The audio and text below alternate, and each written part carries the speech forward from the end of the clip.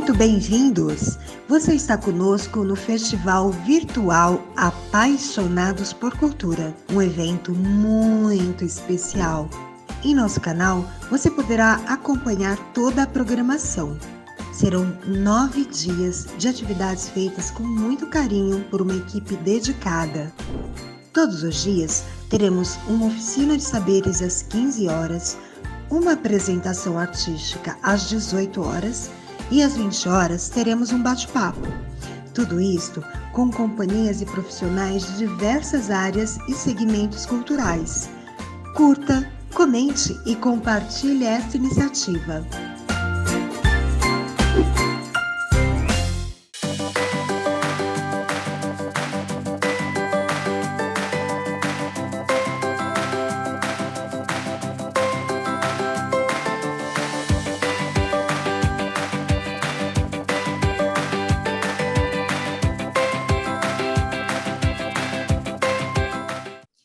Olá a todos! Estamos aqui mais uma vez um bate-papo muito especial no nosso Festival Virtual Apaixonados por Cultura.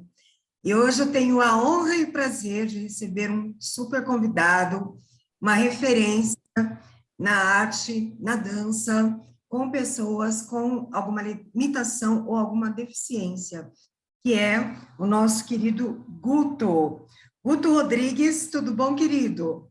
Tudo jóia, é um prazer imenso estar aqui com vocês, podendo contribuir um pouquinho com a minha arte.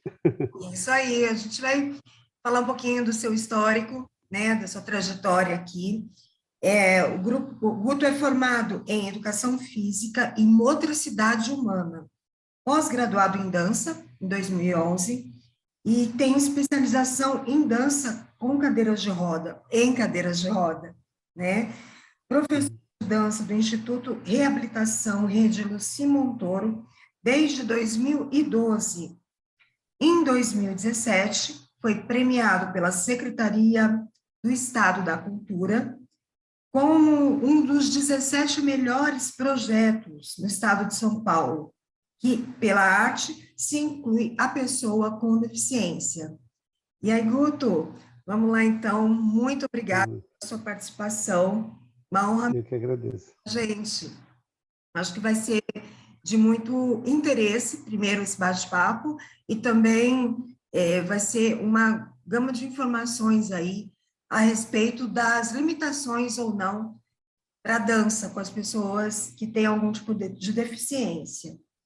O Sim. trabalho, ele teve início onde? Como é que veio essa inspiração para trabalhar com esse público tão especial? Bom, vamos lá. Eu sou de Barretos e a pessoa com deficiência sempre fez parte da minha vida. Eu Uhum. tinha um, eu tinha um tio que morava na casa da minha avó e ele tinha as duas perninhas para dentro e a minha avó deixava ele sempre no quarto. Ela falava que meu tio era doente. E eu, criança, ainda ficava olhando. Eu falei assim, mas por que que ele tem que ficar dentro do quarto? E aquilo começou a pipocar na minha cabeça e eu ficava intrigado. Depois, quando eu estava na minha adolescência, tinha um grande amigo meu que chamava Elcio, que era um cadeirante. A gente ia para discoteca na época e ele sempre ia, mas ele não dançava. Ele ficava lá num cantinho da boate e todo mundo acabava ficando ali em volta dele. E aquilo ia me incomodando, porque todo mundo falava, peraí que eu vou ali dançar e daqui a pouco eu volto. Aí eu falei assim, tá, e por que que ele não pode ir junto dançar, né? Porque ele estava na cadeira. E Uhum. aí eu comecei a pensar muito nisso, comecei a desenvolver. Eu danço desde os meus 8 anos de idade. Eu fazia parte de um grupo de catira de Barretos, que é bem a tradição da festa do Peão. E em 94 eu vim para São José do Rio Preto e aí fiz parte do grupo Tangolero na época. E aí eu tive eu descobri uma toxoplasmose. Eu perdi 70% do meu olho direito, eu não enxergo com ele. E eu estava numa época de fazer grandes testes para as grandes companhias com dança de salão. Uau! E eu comecei a perceber que eu não tinha lateralidade e comecei a perceber a exclusão de você não ser selecionado, de você ter a limitação física. E aí eu comecei a pensar, o que que eu vou fazer agora? Eu vou abandonar a dança, vou para trabalhar no escritório, o que que eu vou fazer? E aí eu vi nisso um fio de meada de começar a desenvolver. A primeira pessoa que me procurou para dança com deficiência foi a dona Helena Pimenta, que é super conhecida hoje em São José do Rio Preto, que é uma referência até das conquistas da pessoa com deficiência em São José do Rio Preto. E ela queria dançar e ela falava assim, eu só encontrei até agora quem dança rolando pro chão, que é as danças contemporâneas, mas ela falou assim, imagina eu, uma velhinha rolando pro chão. E aí eu falei assim, não, vamos desenvolver. E aí eu comecei a pesquisar e tinha muito pouco bibliografia e trabalhos desenvolvidos no Brasil. Eu comecei, na realidade, a trabalhar com pessoas com deficiência a partir de 2001. Em 2003, para você ter uma base, foi quando foi criada a Confederação Brasileira de Dança em Cadeira de Rodas. Então, eu estou bem lá no comecinho. E aí, de um certo momento, dessa visibilidade de trabalhar com a dona Helena e fazer algumas apresentações em eventos, finais de anos, em empresas que acabavam convidando a gente, começou a aparecer muita gente com paralisia cerebral, com síndrome de Down, com todas as deficiências, e aí eu comecei a ficar preocupado, porque eu não tinha formação acadêmica na época, e Uhum. eu falei assim, meu Deus, onde eu estou me enfiando? Mas eu não quero voltar para trás. É. Aí eu fiz a minha graduação em Educação Física, e comecei a pesquisar e ir atrás de cursos fora, de São José do Rio Preto, e começar a me capacitar cada vez mais para poder atender a todos.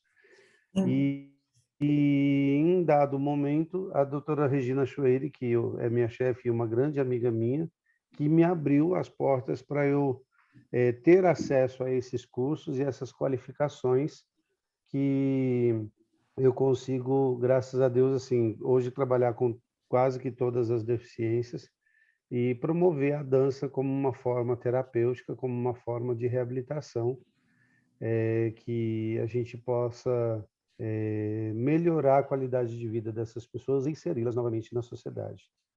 Em resumo, uma limitação sua, que foi sua questão da visão, Uhum. né, um caminho, um meio, um trampolim, para que você se tornasse anjo, né, dessas pessoas, Sim, sim, condutor dessa bandeira, para você ver sim. como é a vida, como a vida se... É, como eu já tinha esse histórico de amigos, de parentes com deficiência, eu acho que já vinha mexendo na minha cabeça, né? Eu acho que na hora que a deficiência veio para mim, com a deficiência visual monocular, e aí eu pensei, agora é a hora de investir e trabalhar em cima disso, já que tudo foi voltado para essa direção, então vamos nos aperfeiçoar para fazer o melhor para eles e que possa ser para mim também.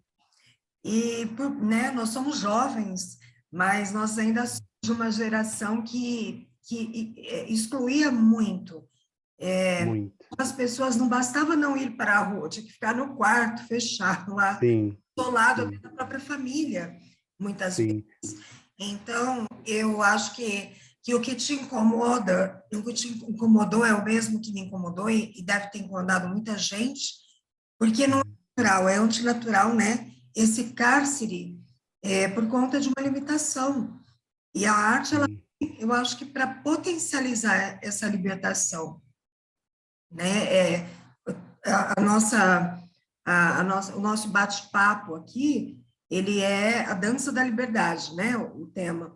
sim, A gente está usando essa referência mesmo de liberdade, de libertação, de que só a arte pode trazer. E você acha sim. que realmente toda pessoa com uma deficiência ela pode dançar? Existe Pode. uma limitação dentro dessas limitações? Não, não existe limitação nenhuma. Eu falo que tudo é uma adaptação. É, falando ainda dessa questão histórica, eu falo que a nossa grande referência, o primeiro artista que nós tivemos foi o Corcunda de Notre Dame, que foi a primeira pessoa que as pessoas olharam assim numa película de um filme e falava assim, nossa, ele tem deficiência, ele está no filme, né? Sim. Por mais que de repente no filme tenha sido uma caracterização ou não, mas foi o pontapé inicial para que a gente conseguisse tirar essas pessoas escondidas, às vezes pela família, por uma questão de vergonha, nem não sei o que passa na cabeça das pessoas, falta de informação, e que essas pessoas pudessem ser vistas. Há uma situação muito interessante que eu tenho uma mãe de uma paciente minha que ela sempre fala, ela falou, Guto, antigamente eu ia com a minha filha no shopping, no mercado, as pessoas olhavam para ela e falavam assim, nossa, tadinha, ela é doente do quê? Né? Aham. E hoje, graças à dança, à visibilidade, que a gente já fez várias apresentações, elas chegam, ela falou assim, não é só a minha filha, graças a Deus, todas as pessoas, as mães que levam seus filhos para passear no parque, no shopping, seja onde for, e às vezes eles olham, a maioria fala assim, você dança com o Guto também? Eu, eu fico muito feliz de ser essa referência, Sim. de transformar essa visão das pessoas de dor, de doença, de estar doente, por uma questão de você é bailarina também, isso é muito bom. A dança, eu falo muito assim, se a pessoa mexer somente os olhos, ela tiver tetraplegia, ela vai dançar só com os olhos. Hum. Às vezes, lá no instituto, a gente está dançando com os pacientes com cadeirantes ou que fazem uso de órtese ou prótese. E teve uma vez que chegou um rapaz, ele estava na maca, ainda tinha sofrido acidente de trânsito. E ele falou que ele queria dançar. Eu falei, vamos dançar. E aí eu fui buscar ele na maca, enquanto eu punha ele para dentro da sala, eu falei, meu Deus, como é que eu vou dançar com esse homem deitado na maca, né? E aí eu coloquei, o que você gosta? Ele falou assim, eu gosto de sertanejo. Eu falei assim, então vamos dançar sertanejo. E aí eu rodei ele naquela maca, coloquei a esposa dele do lado e foi um dos momentos mais, ele falou assim, foi a melhor terapia que eu tive desde quando eu sofri o acidente. Então a gente sempre fala assim, para quem está nos assistindo, que tem uma pessoa com deficiência, seja uma criança, seja um idoso, todos têm a possibilidade de dançar. Eu falo que a gente tem medo de experimentar. Há a questão da segurança que nós temos que ter, e há algumas técnicas que eu tenho um prazer imenso de poder ensinar os acompanhantes, porque é eles que vão acompanhá-los, né? Às vezes eu falo muito com os meus pacientes, não adianta vocês fazerem aula aqui dentro da atividade, dentro da sala, e quando vocês vão para uma festa, que vocês vão para qualquer outro lugar, vocês ficam lá encostadinho. A dança tem que acontecer nesses lugares. E a pessoa que geralmente os acompanham são as que eu faço muito questão de ensiná-los a dançar, porque é com eles que eles vão se divertir. Eu sou só uma chave para poder abrir esse caminho para eles. Assim, as crianças, os DAO, eu tive uma aluna minha DAO na secretaria da pessoa com deficiência e ela queria dançar Camaro Amarelo. E era a música da época, eu falei, então vamos dançar Camaro Amarelo. E ela falava assim, professor, eu quero ser artista, eu vou ser artista um dia? Eu falei, claro que você vai ser artista. É, é a gente dar asas a essas pessoas e elas vão conseguir perceber qual é a possibilidade que elas vão ter de se tornar uma artista, o que para mim, artista tem um padrão, para elas tem um padrão, de repente, muito mais fácil e mais acessível. E que as famílias escutem isso aí que a gente está Sim, falando, porque o respaldo da família para abraçar esses sonhos junto com a pessoa é sim. fundamental, né? Sim. A dança é a parte mais terapêutica, é a parte mais, não desmerecendo as outras terapias, mas a dança ela transforma a vida de todas as pessoas e é aquele momento de liberdade corporal. Eu falo que é igual quando você vai para uma piscina, que você tem quase gravidade zero, que você sente aquela liberdade e a dança, para a pessoa com deficiência, é essa liberdade. É muito, muito gostoso. E eu falo assim, sempre falo para os pais, falo assim, dedique esse tempo para o seu filho, para a sua filha, porque é o momento de felicidade dele, não é porque é comigo, seja com É. quem for, seja na sua casa, seja na festa que vocês estiverem indo, leve ele para dançar, não tenha vergonha de dançar com eles, porque isso é amor, é essa troca de carinho e de felicidade que somente a dança é capaz de proporcionar. E ela gera um empoderamento, já que trabalha a expressão. Ele vai estar podendo expressar, né? A pessoa vai estar podendo expressar, às vezes, muitos sentimentos represados, né? Muitas Sim, frustrações, muitos rancores, até coisas que a própria limitação física, né, ou sim, espiritual possa estar trazendo. Então, é uma libertação mesmo, porque é uma cura. Eu acho que é uma cura da alma através de uma expressão, sim, limitada ou não, mas uma expressão, né, de potência ali, do que ele pode dar naquele momento. Você sim. falou, você falou das músicas, e eu queria saber como você escolhe o trabalho com as músicas e em parceria com a dança. Sim, as músicas, há uma questão muito importante que, quando eu trabalho com as crianças com hidrocefalia, com mielo, e outras patologias, inclusive a síndrome de Down, intelectual, eu sempre, não adianta eu querer impor uma música que eu queira dançar, eu sempre Uhum. falo que música que ela gosta de escutar em casa, que música que ela ouve e ela sorri, é com essa música que a gente vai começar a trabalhar. Há uma questão assim muito importante que eu cuido muito lá no hospital, principalmente com as crianças, nessa modernidade que a gente está com muito funk, muita música com palavras pesadas, eu procuro evitar. Por quê? Porque cada fase é uma fase e a gente tem que respeitar essas fases até por um crescimento emocional e de amadurecimento da criança. Então, galinha pintadinha, patati patatá. Então, conforme vai aumentando a idade das crianças, a gente vai evoluindo.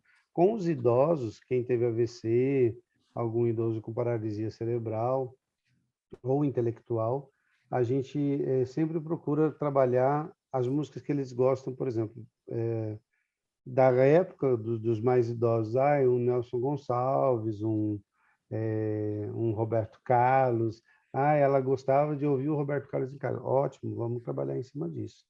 Porque já às vezes eles não conseguem se expressar falando, mas tipo assim, putz, que saco essa música. Ele quer que eu dance.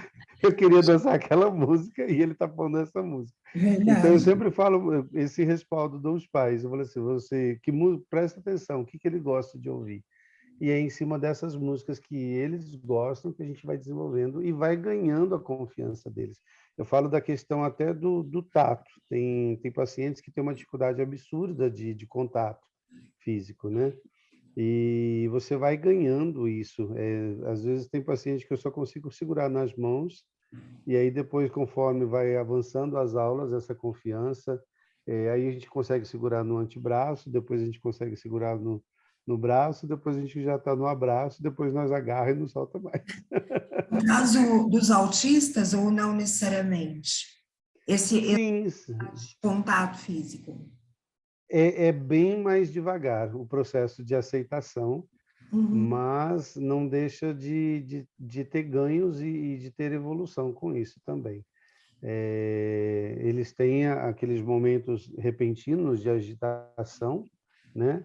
Mas há muito carinho. Eu trabalho muito com os autistas no sentido de colocar principalmente a pessoa com quem ele é muito apegado. Ele é muito apegado com a mãe. Então a gente vai desenvolver a dança, em vez de dançar só comigo, nós dançamos em três. Eu não faço ele perder o contato com a mãe, Ah, que é uma que grande interessante. confiança, né? Aham.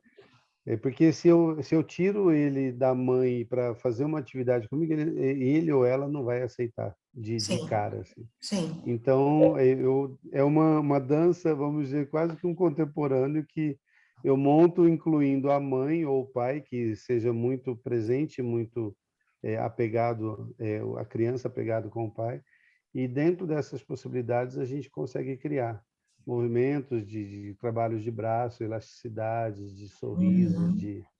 é muito bacana. Assim, até que com a familiarização e ela vá entendendo que eu faço parte agora da vida dela, e com o tempo elas acabam vindo para mim, principalmente as crianças, que demora, mas chega uma hora que elas vêm para o meu braço e conseguem dançar comigo sem, e o pai ou a mãe tá ali pertinho só olhando só. É, Isso é é, uma, é isso é um, uma liberdade. é um trabalho de muito amor e de muita Sim, delicadeza, sensibilidade, né? sim, bastante. Eu imagino que você deva já estar bem treinado quanto a isso, mas Sim, devam aparecer alguns desafios. E eu acho que é um bastante. aprendizado constante, né? Sim. Eu tinha uns, tem uns puxões de cabelo, tem uns puxões, umas mordidas no braço, mas faz parte. Eu sei, imagino. No caso do Down, ele tem uma mobilidade, elasticidade física já natural da questão genética, eu estou certa nisso? Sim, sim, sim. Eu queria que você falasse um pouquinho da facilidade que o Down tem com a dança, porque quando eu trabalhei no PROAC lá da PAI, quer dizer, aqui da PAI de São José do Rio Preto, Aham, observar, eu era assistente da professora de dança, Thaís, e era sim, nítido e claro que principalmente as meninas com Down, elas tinham uma mobilidade, uma facilidade, uma elasticidade, uma desenvoltura que era crescente e eram sim, quase mini estrelas assim. sim, sim, Isso ficou muito, foi muito assustador no bom sentido, né? Me surpreendeu sim. demais, porque eu nunca tive essa referência, essa informação, nem na faculdade de pedagogia, nem na vida como artista. Então, eu acho Uhum. que é muito legal, assim, a gente falar um pouquinho disso, dessa facilidade que o Down tem também dentro da expressão de dança. Sim, eu falo que trabalhar com os DAOs é um processo, nós devemos respeitar muito a, como eu posso dizer, nenhum vai ser igual ao outro. Tem um que vai ter um pouquinho mais de desenvoltura, outro vai ser um pouquinho mais acanhado. Então, assim, num processo de juntar, por exemplo, formar um casal para dançar, como uma dança de salão, é muito mais demorado, porque tem que ter uma afinidade absurda deles, de um tempo de integração juntos, bem longo, para que Sim. a gente possa conseguir criar um casal para dançar. Por exemplo, Uhum. a gente estava falando essa semana antes da live do casal que dançou tango na TV espanhola, né? Que é uma graça, mas a gente vê que ali naquele vídeo tem anos trabalhando os dois para que Uma tenha essa construção, né? uma construção absurda. Mas essa elasticidade, essa facilidade de movimento que tem, principalmente as meninas, é onde a gente consegue trabalhar coreografias livres e vamos estimulando elas a desenvolver essas mobilidades, essa plasticidade de movimento, mesmo que uma não faça o que a outra faz um pouquinho mais avançado, mas não perde aquele contexto artístico, delas desenvolverem coisas muito bonitas. E às vezes a pessoa fala assim, ah, mas não está no ritmo. Sim, está no ritmo. Uma vez eu recebi uma crítica de uma pessoa, falou assim, mas você não está no ritmo com ela. Estava dançando com um aluno DAO, ele é DAO e cadeirante. E aí ele falou assim, mas você só estava puxando ele na cadeira. Eu falei assim, eu vou te mostrar que não estava. Aí a gente tinha dançado, que era o momento de abertura do festival, e aí quando eu fui dançar com ele, num dado momento da música, tinha uma marcação rítmica que ele se apoiava na cadeira e fazia o movimento de quadril exatamente como a música pedia. E aí no final do festival eu falei assim, viu como é no ritmo, né? Às vezes as pessoas não entendem contagem musical e acabam criticando, falando que você só está andando. Não, não estou andando.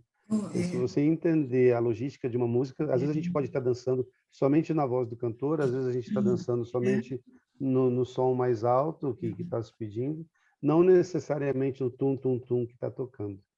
eu E essa acho liberdade, eles têm uma facilidade muito grande, os DAOs, de entender isso. É muito legal. que a gente tem que trabalhar a inclusão não só dentro da gente enquanto abertura social, né? Mas também no Sim, nosso olhar, na nossa percepção. Porque nós temos que aprender a enxergar inclusivamente também, porque sim, nós enxergamos as coisas, né, dentro de um padrão de um padrão de normativa, de normalidade e linear. sim, Às vezes ali ele em 10 segundos ele vai conseguir entrar no ritmo e para ele vai sim, ser a demonstração de, né, de brilho maior que ele sim, pode dar naquele momento. Então, sim, nós também, espectadores, termos uma visão mais, né, mais delicada, mais sensível, sim. para que a gente possa acolher verdadeiramente, não fique só uma inclusão, né, verbal aí. Tem um festival que eu faço todo ano, agora a gente não fez esses últimos 2 anos por conta da pandemia, que é uma mostra de dança inclusiva, é apoiada pela prefeitura todo ano, graças a Deus. O primeiro e o segundo eu fiz sozinho, primeiro a Polícia Militar me ajudou na época, e depois eu ganhei o apoio da prefeitura, e a gente faz sempre em março para comemorar junto com o aniversário de São José do Rio Preto. Esse ano de 2002, se tudo tiver ok e essa, esse novo vírus não avançar, a gente vai conseguir fazer novamente. E eu sempre falo para quem nunca foi, vá, mas vá de coração aberto, vá de mente aberta e vá com os olhos de admiração, porque você vai se emocionar. E é um projeto que eu, assim, eu incluo todas as pessoas com deficiência e convido todas as associações que trabalham com pessoas com deficiência. Eu sempre tenho algum trabalho que você quer levar para o palco e fazer uma interação entre todas as pessoas que estão participando do festival. Então, essa é a função da dança e nós, como profissionais, de abrir a cabeça das pessoas para que elas possam enxergar a pessoa com deficiência como um artista, porque eles são capazes de emocionar muito mais do que, às vezes, uma pessoa que estudou anos e dança lá 2 horas e não transmite um minuto de emoção. É isso aí. Falando em políticas públicas, você acha que a Sim. sociedade, de forma geral, e as políticas públicas estão favorecendo é, esse trabalho com com a inclusão, com os deficientes? Você acha que esse movimento cresceu? Ele ainda é um movimento tímido? Como está a sua percepção enquanto sociedade e enquanto políticas públicas mesmo? Eu acho que ainda está bem devagar, poderia ser bem melhor. A gente teve um retrocesso aí recente de coisas que a gente conquistou ao longo dos anos, né, de conquistas que foram retrocedidas agora, mas assim, eu acho que poderia ser muito maior, principalmente no âmbito nacional mesmo. E a gente vê que nós, que trabalhamos com eles e os próprios artistas, eles estão correndo atrás, independente se vai ter ajuda ou não, se corre atrás de uma empresa, se a empresa vai patrocinar ou não. Ele vai para a rua, ele consegue um jeito e faz um espetáculo no teatro. Tem um menino que, ano passado, antes da pandemia, eu assisti um espetáculo dele, até notei o nome dele aqui, o Marcos Abranches, que ele é uma pessoa com deficiência, ele é coreógrafo e ele é o bailarino do próprio espetáculo. Ele transpôs para o palco todo o processo, desde o seu nascimento até as aceitações, os nãos da vida e todas as possibilidades que deram para ele e as que não deram. Existem grandes artistas, mesmo na área da dança e não na área da dança. Eu estava vendo essa semana uma garota que ela se formou em neuroengenharia, chama Michele Souza, que ela tem autismo e ela está desenvolvendo, inclusive agora, uma coisa que a gente nunca imaginou que poderia ser possível. Ai, fala aí, que Imaginávamos você... isso para 2050 e ela está desenvolvendo um protótipo que a gente logo vai ver um café na televisão e a gente vai sentir o cheiro em casa. Olha que coisa louca, né? Meu Deus. E são pessoas de diversas áreas, mesmo teatro, dança, artes plásticas, que eu falo que a gente não espera cair do céu, a gente vai atrás, as políticas públicas, algumas apoiam, outras não, e as que não apoiam, a gente fala assim, tá, não, então tá bom, então eu vou fazer por onde, vou fazer a coisa acontecer, com a ajuda de vocês ou sem vocês. Sim. O que a gente percebe, assim, que na hora que a coisa tá dando visibilidade, aí eles correm atrás, eles querem ajudar. Aham. É.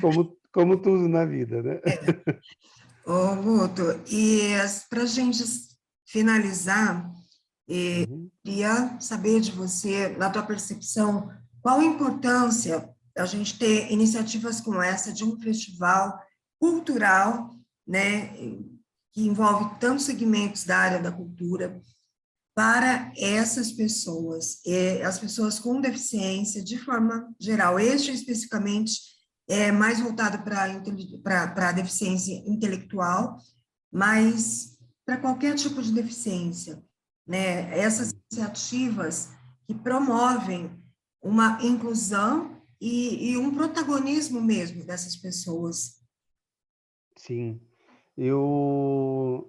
Essa minha ação do festival é um grãozinho de areia que eu gostaria que muitas pessoas tivessem essas ações também. O meu sonho com o festival eu já tinha conseguido na sexta edição transformar ele como um festival nacional, porque eu consegui trazer bastante gente de fora, pessoas que infelizmente vieram com seus recursos próprios e Uhum. queriam vir. Por exemplo, a gente tem pela Confederação Brasileira de Dança da Pessoa com Deficiência, nós temos um congresso nacional todos os anos, cada ano acontece numa região. Na região Nordeste, a dança com pessoa com deficiência é fortíssima e os grandes congressos acontecem lá. Todos os anos eu sou convidado a levar meus alunos, eu nunca tive patrocínio para ir. Então, assim, a gente fica frustrado nesse sentido, mas, assim, as ações vão acontecendo. O meu projeto e o meu sonho é que um dia o festival se torne um evento de 3 dias para que a gente possa receber todas as delegações, que a gente tenha alojamento para recebê-los e que nesses 3 dias aconteça mesas redondas, discussões, que tenham profissionais de fisioterapia que façam oficinas com as pessoas com deficiência, seja cadeirante, seja com autismo, seja intelectual, para que as pessoas tenham essas vivências, essa humanização, para que melhore isso visualmente como cultura e melhore isso principalmente a esses profissionais para que vejam o paciente de uma outra maneira e tenha um processo de evolução muito maior. Fantástico. Então, seria muito bom que eu falo que às vezes você sonha demais, eu não sonho demais. A gente tem pessoas muito boas nesse mundo, assim como você, que faz esse trabalho lindo com esse festival que esse ano é virtual, mas se Deus quiser vai ser presencial e vai ser a coisa mais linda do mundo que eu vou adorar estar juntos novamente. Vamos unir forças, né? Eu acho que são Sim, vários pontinhos de luz aí, vão, né, tá agregando todo mundo, que logo, logo vai estar um grande holofote iluminando essas pessoas. sim. Nós estamos chegando ao fim do nosso bate-papo. Oh, Eu queria saber se você tem mais alguma colocação, coisas que você acha importante, que a gente, por algum motivo, né, acabou não falando. O seu trabalho no Simão Toro, ele é com deficientes de forma geral, né? sim, sim, a gente trabalha com todos, trabalhamos com paralisia cerebral, pessoas que sofreram acidente de trânsito, que agora fazem uso de cadeira de rodas ou não, com os bebês, com mielo, com hidrocefalia. Uma coisa bacana que tem lá é que o paciente vem para entrar no programa, de fazer todo o processo, fono, físio, e aí a parte da dança vem acompanhado com o profissional. Vamos dar um exemplo. Ah, uma idosa teve um AVC e ficou na cadeira de rodas e agora ela vai voltar a andar com o andador, só que ela tem medo do andador. Então aí as meninas da Físio levam lá para mim e falam, Guto, ela precisa pegar confiança no andador. E então eu seguro ela no abraço e aí eu vou andando com ela para ela entender que os meus braços vai ser o andador dela, que ela tem essa possibilidade de voltar a andar. E aí, de repente, a fono fala, olha, ela está com a fala comprometida. Fala, que música a senhora gosta? Ah, eu gosto do Roberto Carlos. Aí eu ponho a música do Roberto Carlos, eu canto com ela, e aí vai acontecendo várias situações de fisioterapias dentro do único momento da dança. O que eu acho assim, que eu queria deixar como finalização é falar para os pais que estão assistindo, levem seus filhos com deficiência para as atividades culturais. Vocês não sabem o presente que vocês estão dando para eles. Seja na pintura em tela, seja no canto, seja na dança, mas não tire esse talento deles. Ah, é complicado para mim. Arruma alguém para levar, mas não tire esse talento que eles aprendem ali a se expressarem e a serem mais felizes. Às vezes a gente pega a pessoa, o celular, e o celular é um vício que a pessoa vai ficar ali limitada e a gente fica frustrado às vezes de ficar mexendo no celular o dia inteiro. Então, assim, coloque eles para dança. Eu vou fazer o convite quem quiser ir para o Lucy, quem quiser ir para a APAI. Eu não sei como funciona o acolhimento da APAI, mas assim, lá no Lucy, eu quero fazer atividade cultural. Passa por uma pequena avaliação de prontuário e estão abertos para que possam frequentar as atividades culturais. E na APAI, eu já fui lá algumas vezes coreografar algumas danças com a Thaís e com os alunos, que foi um processo muito legal. E faz um trabalho lindo a APAI. A APAI eu conheço desde a época do Tangolero, que a gente fazia shows para arrecadar, nos jantares dançantes, para arrecadar fundos para ajudar as APAIs. Cada cidade que a gente ia, era sempre os jantares era voltado para as APAIs. Então, tem um trabalho fantástico que não pode acabar nunca. E o que faz a APAI não acabar também é os pais levarem seus filhos para desenvolver essas ações culturais. Isso aí. Né? Muito agradecer a tua presença. Imagina, eu que agradeço. Nossa, para a gente é muito gratificante ter você no nosso quadro aí de discussões, de bate-papos.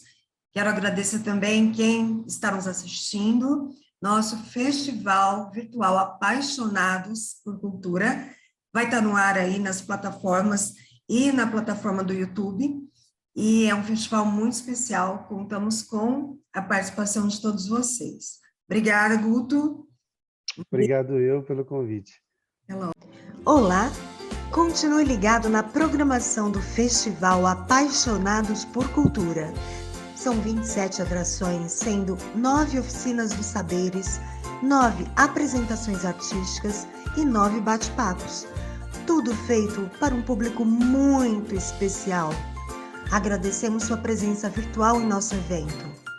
Participe da arrecadação solidária para a APAI Rio Preto. Faça um Pix de qualquer valor para o CNPJ da entidade. Continue acompanhando nosso festival virtual Apaixonados por Cultura. Curta, comente e compartilhe esta iniciativa.